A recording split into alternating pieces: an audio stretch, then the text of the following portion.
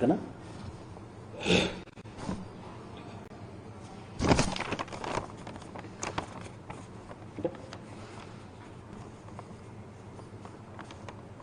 రాష్ట్రంలోని ప్రజలందరినీ ఆలోచించమని అభ్యర్థిస్తా ఉన్నా. ముఖ్యంగా ఈ పాత్రికేయుల సమావేశం ఈ రాష్ట్రంలోని వైఎస్ఆర్ కాంగ్రెస్ పార్టీకి సంబంధించిన మహిళల వైపు నుంచే కాకుండా యావత్ ఈ రాష్ట్రంలో నివాసం ఉంటున్నటువంటి అక్క చెల్లెమ్మల అందరి వైపు నుంచి నేను మాట్లాడుతూ ఉన్నా. ఖచ్చితంగా ఇంకొక మాటలు చెప్పాలంటే నా భార్య వైపు నుంచి మాట్లాడుతున్నా. ప్రజలకు వాస్తవ సత్యం తెలియాలంటే ఒకటి రెండు విషయాలు ముందు మీకు నేను చెప్పాలా. ఈ మధ్య జగన్మోహన్ రెడ్డి గారు రాజధాని నిర్మాణానికి సంబంధించి మావిగాన్ ప్రతిపాదన చేసినారు. ఏదైతే అమరావతి 2 లక్షల కోట్ల రూపాయలు పెట్టి 2 లక్షల కోట్ల రూపాయలు పెట్టి నిర్మాణానికి ఆమోదయోగ్యం, ఆచరణకు అనుకూలత జరగని ఆ అమరావతిని భ్రమరావతిగా ఊహించుకునేదానికంటే ఒక 20,000 కోట్ల రూపాయలతో, కేవలం 20,000 కోట్ల రూపాయలతో గ్రోత్ ఇంజిన్గా రాజధానిని మచిలీపట్నం, విజయవాడ, గుంటూరు ఈ 3 ప్రాంతాలను అనుసంధానం చేస్తూ ఈ క్యారిడార్ను రాజధానిగా ప్రకటిస్తే కేవలం 20,000 కోట్ల రూపాయలతోనే ఇది గ్రోత్ ఇంజిన్గా తయారవుతుంది రాబోయే భవిష్యత్ కాలంలో అని చెప్పి మావిగాన్ పేరుతో ఒక చక్కటి ఆచరణకు అనుకూలమైనటువంటి ఆమోదయోగ్యమైనటువంటి ఒక కార్యక్రమాన్ని చంద్రబాబు నాయుడు గారు ముందు ఉంచినారు. ఎందుకంటే వారే ప్రభుత్వం నడుపుతున్నారు కాబట్టి. ఈ ప్రతిపాదన ప్రజలు హర్షిస్తున్నారని, ఇది ప్రజలకు చక్కటి రాజధానిగా మిగిలిపోతుందన్న సత్యం అర్థమైనటువంటి నారా చంద్రబాబు నాయుడు గారికి వణుకు పుట్టుకుంది. ఇమ్మీడియట్గా స్పందించినారు ఆయన. మొట్టమొదట ఆయన చేసే పని ఏంటంటే సోషల్ మీడియాలో విపరీతమైనటువంటి ట్రోలింగ్, దానికోసం కోట్ల రూపాయలు ఖర్చు పెట్టడం, ట్రోలింగ్, జగన్మోహన్ రెడ్డి గారిని అపహాస్యం చేస్తూ, అవహేళన చేస్తూ, భయంకరమైనటువంటి బూతు మాటలతో మావిగాన్ MA ఇట్లా కదా నువ్వు చెప్పింది మావిగాన్ అని, విజయవాడలో VA అని జగన్మోహన్ రెడ్డి గారు అని చెప్పి, పులివిందల్లో P తీసుకో, కడపలో K తీసుకో, ఆ తర్వాత మీరే ఊహించుకోండి ప్రజలారా ఎటువంటి అర్థాలు వస్తాయో. నీచాతి నీచమైన ఇది అయిపోయింది. ఈ సోషల్ మీడియాలో ట్రోలింగ్ అయిపోయిన తర్వాత మంత్రులతో ప్రెస్ మీట్లు పెట్టి మావిగాన్ మీద మళ్ళా ప్రయత్నం. అది అయిపోయిన తర్వాత నీ కరేపాకు నాయకులు ఉంటారు, వాడుకొని వదిలేసేటోళ్ళు, వాళ్ళతో, అది అయిపోయిన తర్వాత చోటా మోటా నాయకులతో, అది అయిపోయిన తర్వాత పచ్చ మీడియా, జర్నలిజం. దీని ద్వారా ఈ మావిగాని యొక్క ప్రతిపాదన అంతరించిపోవాలని చెప్పే ప్రయత్నం చేయడం. ఇది కుదరలే. 2-3 రోజుల్లో అవన్నీ కూడా పటాపంచలైపోయి ప్రజల హృదయాలలో ఇది ఒక మంచి అభిప్రాయంగా నాటకపోయే పరిస్థితి వచ్చినప్పుడు ఇక ఆయన దగ్గర ఉండే బ్రహ్మాస్త్రం డైవర్ట్ పాలిటిక్స్, సబ్జెక్ట్ అంశాన్ని పక్కదోవ పట్టియడం. ఆ పక్కదోవ పట్టియాలన్నప్పుడు భీష్ముని చంపడానికి శిఖండి ఏ విధంగా ఉపయోగపడినాడో ఆ విధంగా ఈయనకు చంద్రబాబు నాయుడు గారికి ఆ శిఖండి మాదిరి ఉపయోగపడేవాడే ABN ఆంధ్రజ్యోతి రాధాకృష్ణ. ప్రతిసారి ఆయన కాపాడడం కోసం ఈ పత్రిక ఎంతటికైనా బరితెగిస్తుంది. ABN ఆంధ్రజ్యోతి ఎలక్ట్రానిక్ మీడియా కానీ పత్రిక కానీ, అది కరపత్రిక, వార్తాపత్రిక కాదు. సత్యం ఉండదు ప్రజలారా. చంద్రబాబు నాయుడును జాకీలు పెట్టి లేపే ప్రయత్నం, జగన్మోహన్ రెడ్డి గారిని అధక్పాతాళానికి తొక్కివేసే ప్రయత్నం.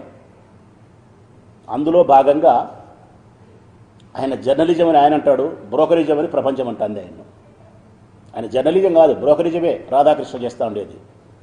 అందులో భాగంగా నిన్న మావిగాన్ యొక్క విషయాన్ని పక్కదోవ పట్టించే దానికోసం నిన్న శనివారం రోజు ఆంధ్రజ్యోతికి సంబంధించిన ABN ఆంధ్రజ్యోతికి సంబంధించినటువంటి శనివారం వీకెండ్ స్టోరీస్ వస్తాయి. ప్రతి శనివారం రోజు ABNలో వస్తుంది వీకెండ్ స్టోరీస్ అని.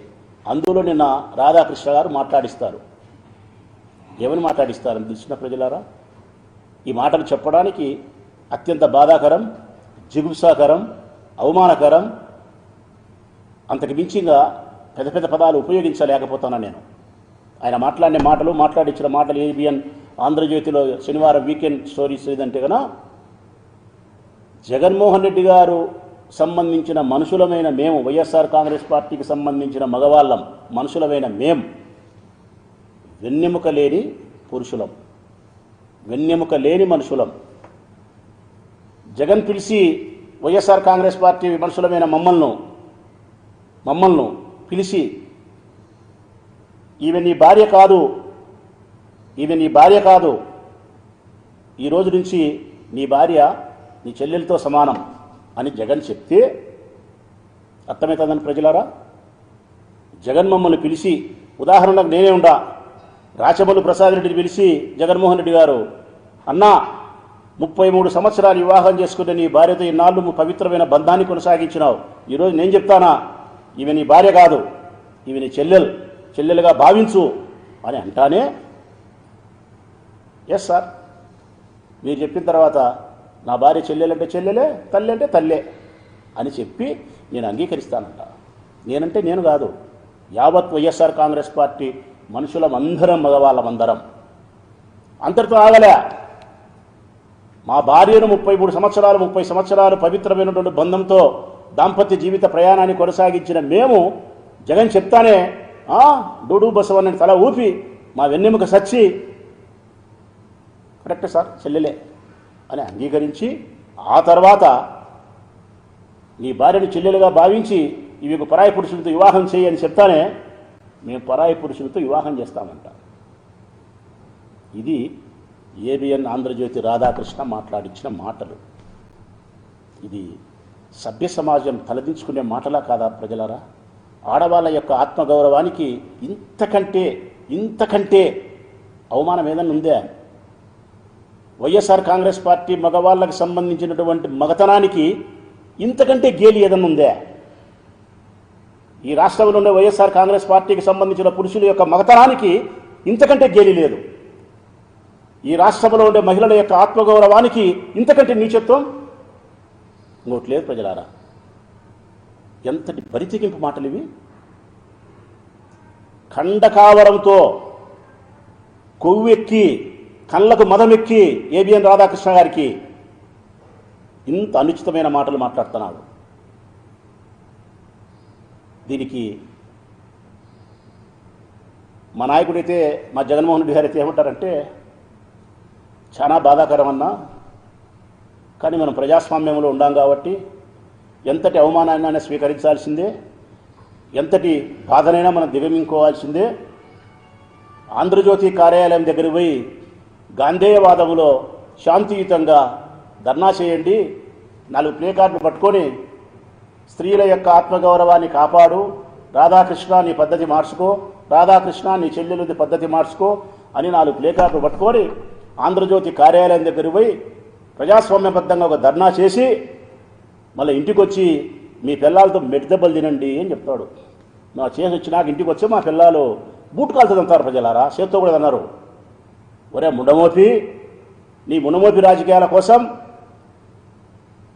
మమ్మల్ని బజారుకి ఈడ్చి మీరు ఇన్నాళ్ళు మాతో సంసారం చేసి పవిత్రమైనటువంటి మన బంధాన్ని చెల్లెలుగా నువ్వు మారుస్తే అని సార్ చెప్తానే ఒప్పుకొని మళ్ళీ నువ్వు చెప్తానే మేము ఇంకొక పురుషులతో పెళ్లి చేసుకొని, ఆయన అంటున్నాడు అందమైన మాటలు, అవి పురుషులతో పెళ్లి చేసుకోవడం కాదు ఆయన చెప్పే మాటలు. ఇంకొక పురుషుని పరాయి పురుషుని యొక్క పడక గదికి పో అంటే మేము తల ఉంచి పడక గదికి పోయి మంచం ఎక్కుతామా, మెట్టుతో కొడతామా కొడక అని చెప్పి మమ్మల్ని మెట్టుతో కొడతారు సార్. కానీ మా నాయకుడు ఎట్టోడంటే ఎంత ప్రజాస్వామ్యబద్ధంగా జీవించాలో అంత ప్రజాస్వామ్యబద్ధంగా జీవించండి అన్న అంటాడు. కానీ ఇది క్షమించరాని తప్పు రాధాకృష్ణ. నా వ్యక్తిగత అభిప్రాయం అయితే నీ కార్యాలయం దగ్గరకు వచ్చి ప్లే కార్డు పట్టుకొని ధర్నా చేయాల్సిన అంశం అయితే కాదు. వైఎస్ఆర్ కాంగ్రెస్ పార్టీకి సంబంధించినటువంటి ఆంధ్రప్రదేశ్ రాష్ట్రంలోని ఏ మహిళ అయినా సరే, లేకపోతే ఆ మహిళలకు బాసటగా వేరే పరాయి మహిళలను సరే బాసటగా నిలబడి నీ ఇంటికి వచ్చి నీ నాలుక కోసి ఉప్పు కారం పెట్టి ఊరగాయ వండితే కానీ ఈ రాయలసీమ ఆడబిడ్డల యొక్క పౌరుషం శాంతించదు. నీకు ఇదే జరుగుతుంది, నేను చెప్తాను కదా, ఇదే జరుగుతుంది నీకు. మనసుకు గాయమైనప్పుడు, స్త్రీల యొక్క ఆత్మగౌరవాన్ని కించపరుస్తూ రాజకీయ ప్రయోజనాల కోసం నువ్వు బ్రోకరేజం చేసినప్పుడు పర్యవసనాలు ఈ విధంగానే తీవ్రంగా ఉంటాయి. ఏదో ఒక రాడు చాలా తీవ్రంగా ఉంటాయి. అసలు బంధాల యొక్క పవిత్రతకి భంగం కలిగించడం లేదా ప్రజలారా, అక్క చెల్లెమ్మలారా? భార్యాభర్తల యొక్క బంధం అత్యంత పవిత్రమైంది. ఈ సృష్టిలో చివరకు మిగిలేది భర్తకు భార్య, భార్యకు భర్త. ఒకరికొకరు మిగులుతారు. కష్టంలో, సుఖములో, దరిద్రములో, బాధలో, అవమానంలో, అన్నిటిలోనూ భర్తకి మిగిలేది భార్యే, భార్యకు మిగిలేది భర్తే. ఇంతటి పవిత్రమైన బంధం భార్యాభర్తల బంధం. అట్టి బంధాన్ని, అంతటి పవిత్రమైన బంధాన్ని బజారుకి ఈడుస్తూ నీ అక్షరాలతో వ్యభిచారం చేస్తావా? ఇది అక్షర వ్యభిచారం ప్రజలారా, అక్షర వ్యభిచారమే ఇది. ఇది మేధస్సుకు పట్టిన దారిద్ర్యం. ఇది ఏబిఎన్ రాధాకృష్ణ మనసుకు పట్టిన దారిద్ర్యం. ఇది మేధో దారిద్ర్యమే. ఇది భూములకు దరిద్రమిన్యం, భూములకు దరిద్రమిన్యం, ఆకలికి దరిద్రమిన్యం, మేధస్సుకు పట్టిన దరిద్రం ఇది. ఏబిఎన్ రాధాకృష్ణకు మానసిక దౌర్భాగ్యంతో, అక్షర వ్యభిచారంతో పవిత్రమైన బంధాలను బజారుకి ఈడ్చి స్త్రీల యొక్క ఆత్మగౌరవాన్ని పలుమార్లు హింసిస్తాను.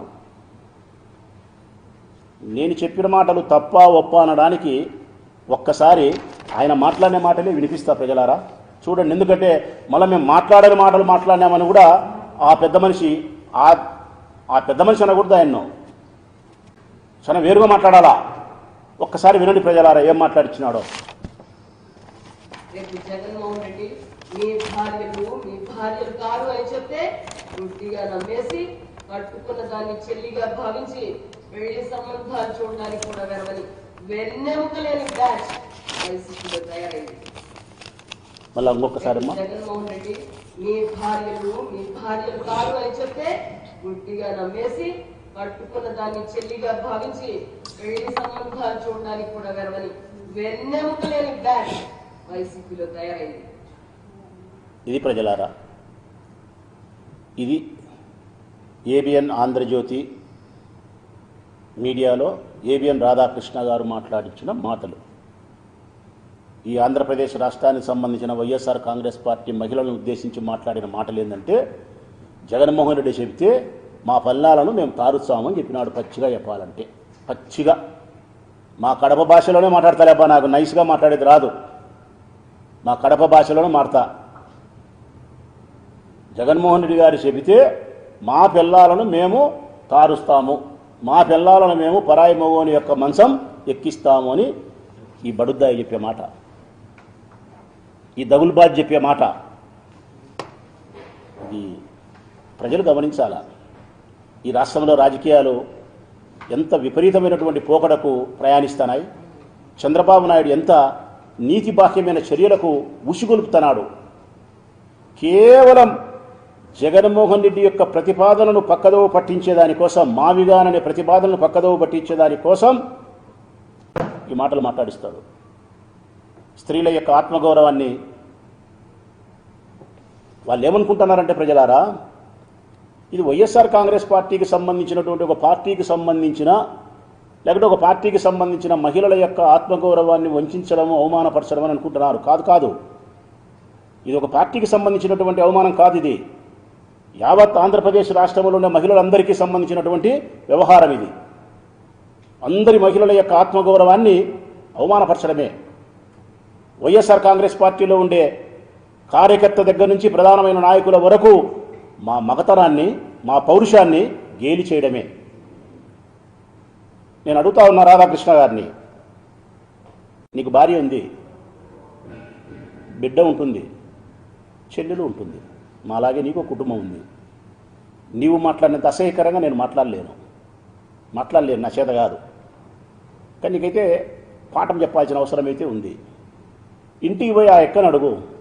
యా ఎక్కనన్నా రాధాకృష్ణ గారు మీ శ్రీమతి గారిని అడుగు. నాకంటే పెద్దోని ఉంటాను. ఇన్ని సంవత్సరాలు, ఒక 40 ఏళ్ళు మనం పెళ్లి చేసుకొని మన భార్యాభర్తలమై పిల్లలు కానీ పవిత్రంగా ఉందాం. చంద్రబాబు నాయుడు నాకు చెప్పినాడు, నువ్వు నా పిల్లం కాదంట, ఈ రోజు నుంచి నువ్వు నా చెల్లెలతో సంబంధం అంట, నీకు వేరే వానితో పెళ్లి చేయమని చెప్పినాడు. మా సార్ చంద్రబాబు నాయుడు సార్ చెప్పినాడు కాబట్టి నాకు తిరిగే లేదు, నేటి నుంచి నేను చెల్లెలుగా భావిస్తానా, ఇదిగో నీకు పరాయి పురుషులతో వివాహం చేస్తానా, ఈ బుద్ధి పెళ్ళి రేపు శోభనం వెళ్ళిపో అని అంటే, నువ్వు అంటే ఆ యొక్క మెట్టుతో కొట్టదు, మెట్టుతో కొట్టదన్నా రాధాకృష్ణ, సేద తగలదు, మెట్టుతోనే తగులుతుంది. నా పిల్లమైనా నీ పిల్లమైనా మాట్లాడేటప్పుడు బుద్ధి జ్ఞానం ఉండాలా. మేము మాట్లాడలేం అట్లా.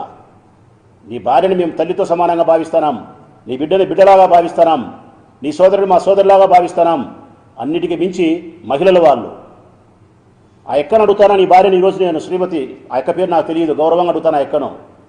గడ్డి పెట్టండి అక్క, ఇంట్లో గడ్డి పెట్టండి. చంద్రబాబు నాయుడు కోసం ఈ బ్రోకరిజం చేసేదానికంటే, జర్నలిజంలో అక్షరాలతో వ్యభిచారం చేసేదానికంటే మనం ఏడైనా బావి పని పోయి కూలి పని చేసుకునే గౌరవం బతుకుతాం. ఇట్లాంటి పనులు చేయొద్దు, నువ్వు ఇట్లాంటి రాతలు రాపించొద్దు, ఇట్లాంటి మాటలు ఈ ఛానళ్లలో మాట్లాడించొద్దని చెప్పి గడ్డి పెట్టాలక్క. మీరు కానీ, కూతురు కానీ, చెల్లెలు కానీ. రాష్ట్రంలోని మహిళలందరికీ విజ్ఞప్తి చేస్తా ఉన్నా నేను, దయచేసి గమనించండి. ఈ చంద్రబాబు నాయుడు యొక్క రాజకీయ వ్యూహంలో భాగంగా ఈ రాష్ట్రం ఎంత భ్రష్టు పట్టిపోతుందో, రాజకీయాలు ఎంత అన్యాయంగా దిగజారిపోతున్నాయో, భావితరాల మన పిల్లలు రాజకీయాలకు రావాలంటే ఎంత వణికిపోతున్నారో, రాజకీయాల్లో కొనసాగే స్త్రీలు ఎంత అవమాన భారంతో కృంగిపోతున్నారో, చంద్రబాబు నాయుడు చేసే వికృతపు చేష్టలు ఎట్లున్నాయో, అందుకు వంతపాడే ఏబిఎన్ రాధాకృష్ణ లాంటి పత్రికలు, పచ్చ మీడియాలు ఎంత భయంకరంగా నీచంగా మాట్లాడుతున్నారో ఒక్కసారి గమనించమని కోరుతా ఉన్న ప్రజలారా. నేను మరొక్కసారి ఏబిఎన్ రాధాకృష్ణ గారికి గట్టిగా చెప్తా ఉన్నా, వాస్తవానికైతే నేను పేరు పెట్టి కూడా పిలిచకూడదు. మా పట్ల ఇంత అసభ్యకరంగా ప్రవర్తించి మాట్లాడిన తర్వాత, మా కుటుంబ స్త్రీలను అవమానంగా నువ్వు మాట్లాడిన తర్వాత, రే రాధాకృష్ణ అని సంబోధించాల నిన్ను. ఇంకా ఎక్కడో మాల సంస్కారం ఉంది కాబట్టి రాధాకృష్ణ అంటనాం. ఇంకొకసారి ఈ రాష్ట్రంలో మహిళల పట్ల అసభ్యకరంగా నువ్వు మాట్లాడినా, వైఎస్ఆర్ కాంగ్రెస్ పార్టీకి సంబంధించిన నాయకుల యొక్క మగతనాన్ని గేలి చేసినా, మా కుటుంబ స్త్రీలను వ్యభిచారులుగాను మాట్లాడినా, నీ నాలుక కోసి రాయలసీమ ఆడబిడ్డలు కానీ, రాష్ట్ర వ్యాప్తంగా ఉండబడిన వైఎస్ఆర్ కాంగ్రెస్ పార్టీ మహిళలు కానీ ఉప్పు కారం పెట్టి ఊరగాయ వండుతారన్న సత్యాన్ని నువ్వు గుర్తుపెట్టుకోమని చెప్పి నీకు విజ్ఞప్తి చేస్తా ఉన్నా.